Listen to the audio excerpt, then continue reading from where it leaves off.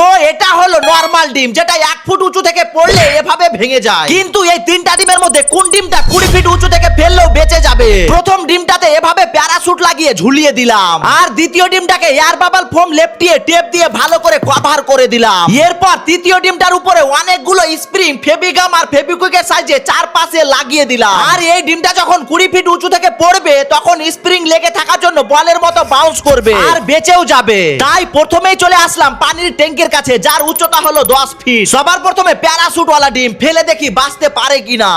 1 2 3। আর যখনই প্যারাশুটটা ছাড়লাম, আরে যা, দেখো গাইস ডিমটা তো একদম পেচকে গিয়েছে।